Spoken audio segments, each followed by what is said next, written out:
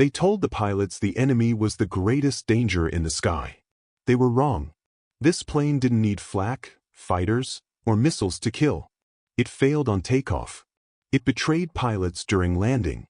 And sometimes, it simply fell apart mid-air, with no warning.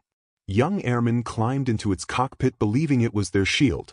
Instead, it became their coffin. By the end of the war, this aircraft had killed more of its own pilots than the enemy ever did. Reports were buried. Warnings were ignored. And the death toll kept rising.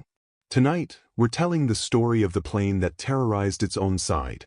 And why the truth was hidden until it was far too late. On a cold morning at a wartime airfield, the engine coughed to life like an old man clearing his throat. Ground crew stepped back, hands raised, ears ringing as the propeller blurred into a solid silver disc. The pilot sat rigid in the cockpit, gloves tight around the controls, eyes fixed straight ahead. He had trained for enemy fighters. He had trained for flak. He had trained for fire and smoke and the long fall into the sea. What he had not trained for was the possibility that the aircraft beneath him was already trying to kill him. World War II is remembered as a contest of machines as much as men. Tanks, ships, rifles, and planes became symbols of national power. Aviation, in particular, captured the imagination of the public. Posters showed confident pilots climbing into sleek aircraft, engines roaring with promise. Newspapers wrote of daring aces and decisive air battles. To the world, aircraft were weapons, tools designed to destroy the enemy. But hidden behind the propaganda, buried in accident reports and whispered conversations between mechanics, was a darker reality. Some aircraft were not merely imperfect. They were lethal to their own crews.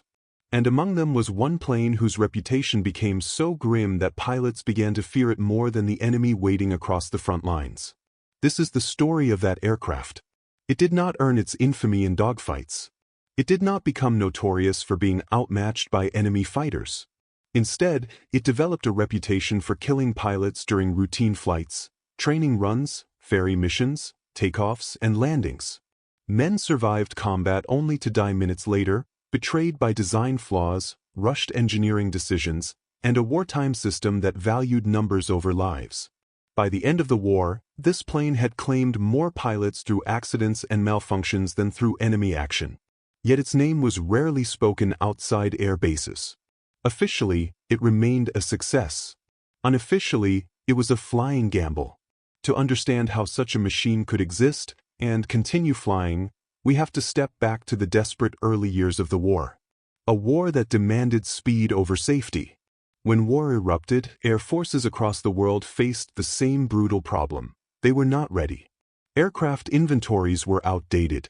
Newer designs existed on paper or as fragile prototypes, not as reliable frontline machines. Meanwhile, pilots were being trained and deployed at a pace never before attempted. Governments demanded results immediately. Design bureaus were ordered to produce aircraft faster, higher, and heavier armed than anything that had come before.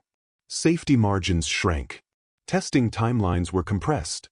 Engineers were told, sometimes explicitly, sometimes implicitly, that problems could be fixed later, after the planes entered service. The aircraft at the center of this story was born in that environment. On paper, it looked promising. It offered superior speed, range, or firepower, depending on the version and role assigned to it. It could escort bombers, intercept enemy aircraft, or strike ground targets. Commanders saw it as a solution to multiple problems at once. Factories tooled up quickly. Production lines ran day and night. But from the very first test flights, warning signs appeared. Pilots reported strange handling characteristics. The plane behaved well under ideal conditions, but under stress, high speed, heavy load, low altitude, it became unpredictable. Controls felt sluggish, then suddenly too responsive. The aircraft could enter dangerous flight regimes without obvious warning. Recovering from these situations required skill, luck, and altitude, three things often in short supply during wartime operations. Test pilots raised concerns. Engineers took notes. And then production continued anyway, because stopping was not an option. The first deaths were written off. The first crashes were explained away as pilot error. A trainee lost control during landing. A ferry pilot stalled on approach. A new crew failed to recover from a dive. Each incident, examined in isolation, seemed explainable. War is chaotic. Pilots are human. Mistakes happen. But patterns began to form. The same kinds of accidents repeated themselves across different airfields, different units, different pilots. Aircraft fell out of the sky with no sign of enemy involvement. Engines were found intact. Control surfaces showed no battle damage. Yet the wreckage told a story of sudden, catastrophic loss of control. Mechanics started to whisper. They noticed stress fractures in places that shouldn't have them. They found components worn far earlier than expected. They replaced parts only to see the same failures occur again. Pilots, too, began to talk, quietly. In mess halls and barracks, they shared stories of the aircraft's strange behavior. How it felt wrong in certain conditions. How it punished even small mistakes. How it seemed eager to kill anyone who underestimated it. Nicknames emerged. Dark humor became a coping mechanism. When airmen joke about their own deaths, it is often because the fear has become constant. Still, official channels remained largely silent. The war effort needed planes. Replacing a flawed aircraft type meant delays, retooling, political fallout, and the uncomfortable admission that lives had been wasted. It was easier, far easier, to blame individual pilots than to ground an entire fleet. So the plane kept flying a killer that didn't wear enemy colors. As the war intensified, the irony became crueler. Pilots who mastered the aircraft and survived combat missions sometimes died during routine flights far from the front.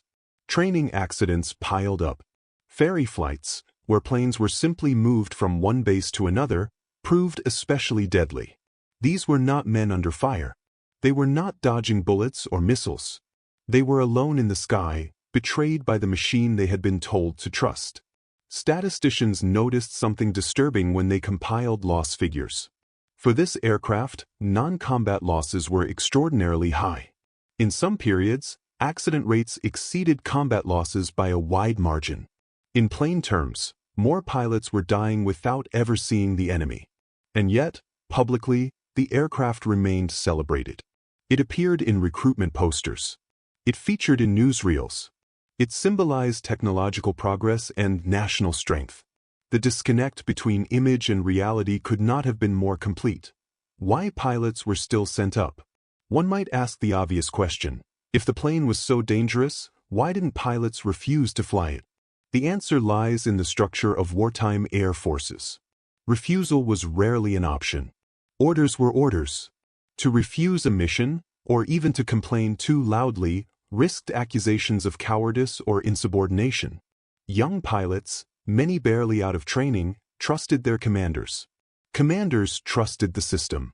And the system trusted production numbers more than accident statistics. There was also the psychological factor. Pilots are trained to believe that skill can overcome danger. Many told themselves that accidents happen to others. Less skilled pilots, unlucky pilots, careless pilots. They believed that with enough experience, they could tame the machine. Some succeeded. Many did not. Even experienced veterans were not immune. The aircraft did not discriminate. It killed aces and rookies alike.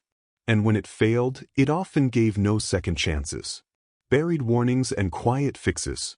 As losses mounted, engineers attempted fixes.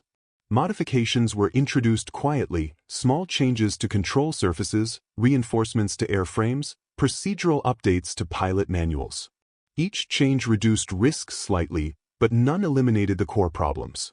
Crucially, these fixes were rarely accompanied by public acknowledgement of the underlying danger. Pilots were not told the full truth. They were trained according to updated procedures without being informed why those changes were necessary. In some cases, critical information never reached frontline units at all. The war moved faster than communication. Aircraft were transferred between theaters. Pilots were reassigned. Manuals lagged behind reality.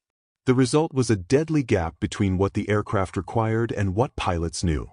By the time the most serious flaws were fully understood, thousands of men had already flown and died in the aircraft.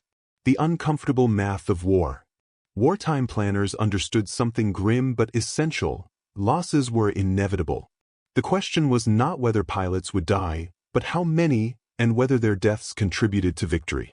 In that calculus, an aircraft that delivered results, even at terrible cost, could still be justified. The plane at the center of this story did achieve success in certain roles. It shot down enemy aircraft. It escorted bombers. It struck targets deep behind enemy lines. Commanders pointed to these achievements whenever critics raised concerns. What they did not emphasize was the price. Each successful mission was offset by accidents that never made headlines. Each enemy kill was balanced against a friendly pilot lost during training. The numbers told a story that no one wanted to hear. This aircraft was not merely dangerous. It was structurally unforgiving, operating at the edge of what pilots and materials could endure. And when pushed beyond that edge, it failed catastrophically. A legacy written in wreckage. By the time the war ended, the aircraft's reputation was quietly reassessed. Post-war studies examined accident rates more honestly. Engineers admitted design compromises. Historians pieced together the full picture from scattered records. The conclusion was unavoidable. This plane had killed more of its own pilots than the enemy ever did. Not because it was sabotaged. Not because pilots were incompetent. But because it was born in haste, fielded too early, and protected by a system that could not afford to admit its mistakes. For decades, its story remained fragmented, told in memoirs, accident reports, and hushed conversations among veterans. Only later did the full scope of the tragedy emerge. And that is the story we are about to tell. The aircraft did not begin its life as a killer. When it was first proposed, it was described as a solution, an answer to a growing crisis in the air. Enemy fighters were improving rapidly. Bombers needed better escorts. Long-range missions demanded speed, altitude, and firepower in combinations that earlier aircraft simply could not provide. Designers were asked to create something bold, something powerful, something that could dominate the sky. What they delivered was an aircraft that pushed the limits of what aviation technology of the time could safely handle. And that was the beginning of the problem. Born on the edge of physics. From the very first sketches, the aircraft was a compromise wrapped in ambition. Engineers were forced to balance competing demands: speed versus stability, range versus weight, firepower versus control. Every choice made the aircraft stronger in one area and weaker in another. To achieve the desired performance, designers accepted risks that would normally have been unacceptable in peacetime aviation. The wings were thinner than usual to reduce drag. The center of gravity was pushed toward dangerous limits to improve speed and maneuverability. Control surfaces were designed for high-speed performance, sometimes at the expense of low-speed handling. Structural tolerances were tight, too tight. On paper, everything worked. In controlled test flights, with experienced pilots and ideal conditions, the aircraft performed well enough to justify continued development. Problems appeared, but they were described as manageable. Engineers believed they could be corrected later, once production stabilized. But war does not wait for perfection. The first warning signs. Almost immediately after the aircraft entered service, pilots began reporting troubling behavior. At certain speeds, the controls felt heavy, almost locked. At others, the aircraft responded too aggressively, amplifying small inputs into violent movements. During steep dives, compressibility effects made recovery difficult or impossible. At low speeds, the aircraft could stall abruptly, snapping into spins from which recovery required altitude many pilots did not have. Landing was especially dangerous. The aircraft approached the runway faster than most pilots were used to. Visibility was poor due to the nose configuration. A slight misjudgment in speed or angle could result in a hard touchdown, a ground loop, or catastrophic structural failure. Braking systems were pushed beyond their design limits, especially on rough or short airstrips. Training manuals warned pilots to exercise caution. Caution, however, is not a substitute for safety. Training couldn't save them. Pilots were trained quickly, sometimes too quickly. Wartime training programs prioritized quantity over mastery. Young men with limited flight hours were transitioned onto an aircraft that demanded precision and punished hesitation. Instructors did their best. They emphasized strict procedures, exact speeds, exact angles, exact throttle settings. Deviate slightly, and the aircraft might not forgive you. But combat conditions rarely allow perfection. Fatigue, weather, damage, and stress all degraded pilot performance. Even experienced pilots made mistakes when exhausted or injured. In forgiving aircraft, those mistakes might result in a scare. In this one, they often resulted in death. Training accidents skyrocketed. Some units began to lose pilots faster in training than in combat. Replacement pilots arrived only to be killed before they ever saw the enemy. Commanders noticed, but they also noticed that high command kept demanding more sorties, more coverage, more results. So training continued. So did the losses, the machine's dark personality. Pilots often speak of aircraft as if they have personalities. Most do not mean it literally, but in this case, the description felt uncomfortably accurate. The plane behaved beautifully when flown exactly as intended.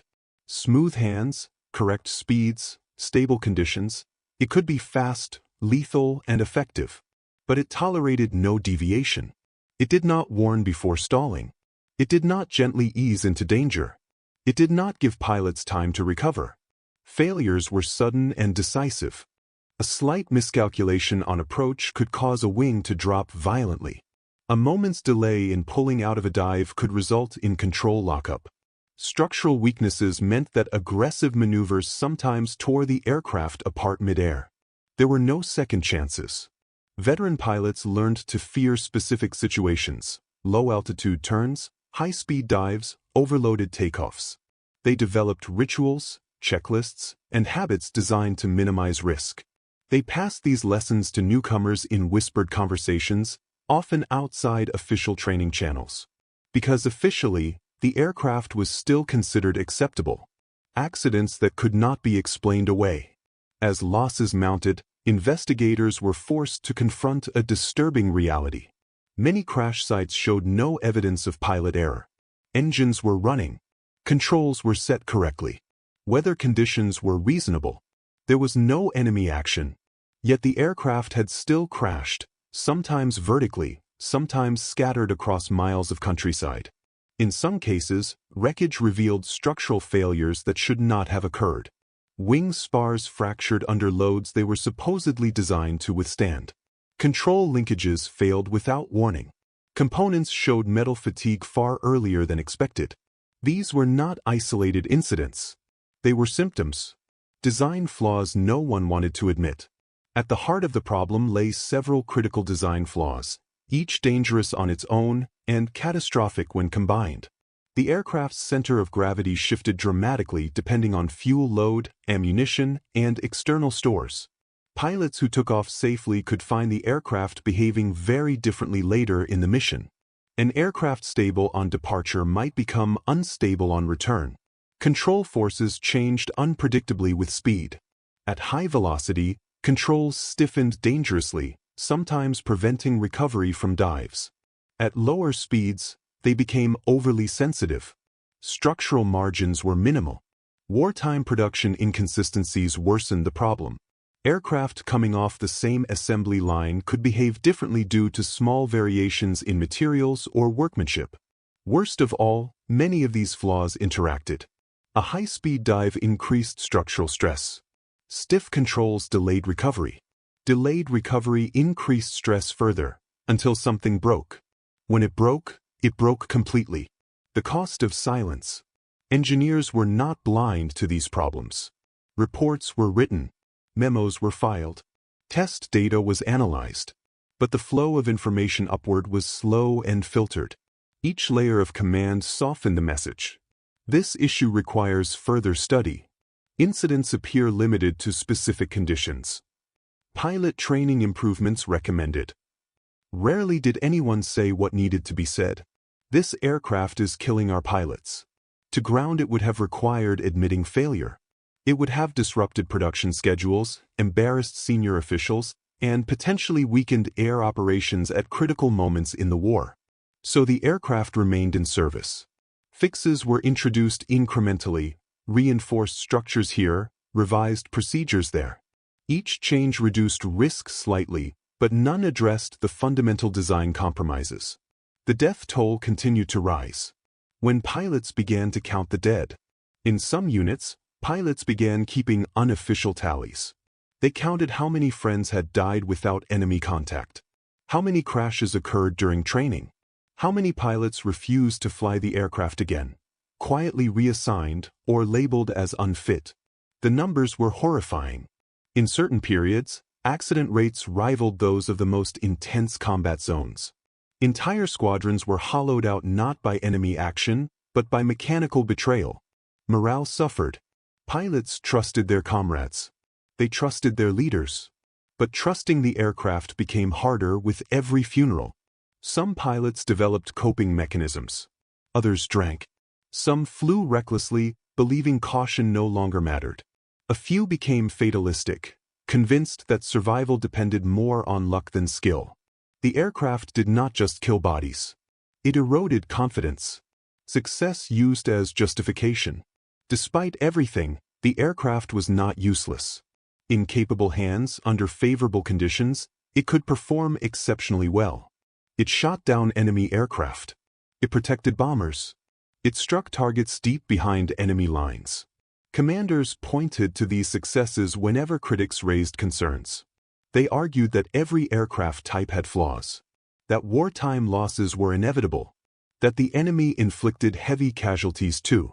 What they did not address was proportion. Other aircraft killed pilots in combat. This one killed them without combat. But numbers could be framed in many ways. Accident reports could be categorized differently. Losses could be attributed to operational hazards. The truth became a matter of interpretation. And interpretation favored continuation. The war's end and the reckoning. As the war drew to a close, urgency faded. With fewer missions and less pressure, accident rates declined slightly, but not enough to erase the aircraft's reputation. Post-war evaluations were more honest. With no immediate enemy threat, analysts could afford to ask uncomfortable questions. They compared combat losses to accident losses. They examined structural failures without political pressure. They listened to pilot testimony that had previously been ignored. The conclusion was devastating. This aircraft had claimed more pilots through accidents and mechanical failure than through enemy action. It had done so quietly, efficiently, and relentlessly. Why it was allowed to happen? The answer lies not in a single decision, but in a system. A system that rewarded speed over safety. A system that discouraged dissent. A system that treated pilots as replaceable. A system that believed problems could always be fixed later. Later came too late for thousands of men. The aircraft became a symbol of wartime desperation, a reminder that technological ambition, when combined with institutional silence, can be as deadly as any enemy weapon. The human cost behind the numbers. Statistics cannot capture the full tragedy. They cannot show the letters never written. The families waiting for sons who never returned. The survivors haunted by the knowledge that survival often came down to chance. Pilots who flew the aircraft and lived carried its memory for the rest of their lives. Some refused to speak of it. Others spoke endlessly, trying to make sense of why so many had died needlessly. For them, the aircraft was not a legend or a machine. It was a betrayal. When the war finally ended, the skies grew quieter, but the questions did not. Airfields that had once roared with engines became places of inventory and reflection. Aircraft were lined up, inspected, stripped down, and evaluated with a level of honesty that wartime urgency had never allowed. Without an enemy pressing at the borders, there was time to look backward instead of forward. And when investigators looked closely at this aircraft, they could no longer look away. The silence after victory. Victory has a way of softening uncomfortable truths. Nations prefer clean stories, heroes, triumphs, decisive weapons. There is little room in that narrative for machines that betrayed their own crews. Official histories focused on success. Sorties flown. Enemies destroyed. Missions completed. The aircraft was mentioned, but carefully. Its flaws were buried under technical language. Its failures were described as lessons learned. But among pilots and engineers, the reputation lingered. They remembered the funerals. They remembered the empty bunks. They remembered how often the enemy never even entered the story. For them, peace did not erase the memory of a machine that had demanded perfection and delivered death when it did not receive it. The post-war reckoning. In the years following the war, accident data was finally compared without political filters. Analysts laid out numbers that had once been scattered across reports and classified documents. The pattern was undeniable. Training losses were extraordinarily high. Non-combat fatalities exceeded combat losses. Structural failures occurred under conditions that should have been survivable. What wartime commanders had dismissed as isolated incidents now formed a grim mosaic. The aircraft was not merely difficult to fly. It was inherently unforgiving. Engineers acknowledged that the design had pushed beyond safe limits. Production shortcuts had worsened those risks. Testing had been insufficient. Warnings had been downplayed or ignored. No single individual was blamed, because the problem was larger than any one person. How history chose to remember or forget. Unlike some infamous weapons, this aircraft was not universally condemned. Its combat successes made it difficult to dismiss entirely. Some historians argued that its performance justified its risks. Others claimed that pilots eventually learned how to fly it safely. Both statements were partially true and deeply misleading. Yes, skilled pilots could survive. Yes, the aircraft achieved battlefield results. But survival should not depend on extraordinary luck. And effectiveness should not require acceptable sacrifice from one's own side. Over time, the aircraft's story faded into technical journals and veteran memoirs. Museums displayed restored examples, polished and silent. Visitors admired their lines without knowing how many lives had been lost simply learning how to bring them home. The danger became abstract. The human cost became invisible. The pilots who lived with it. For those who survived flying the aircraft, peace brought no simple closure. Some pilots spoke openly about their experiences, determined that the truth not be lost. They described white-knuckle landings, sudden stalls, moments where the aircraft seemed to turn against them without warning.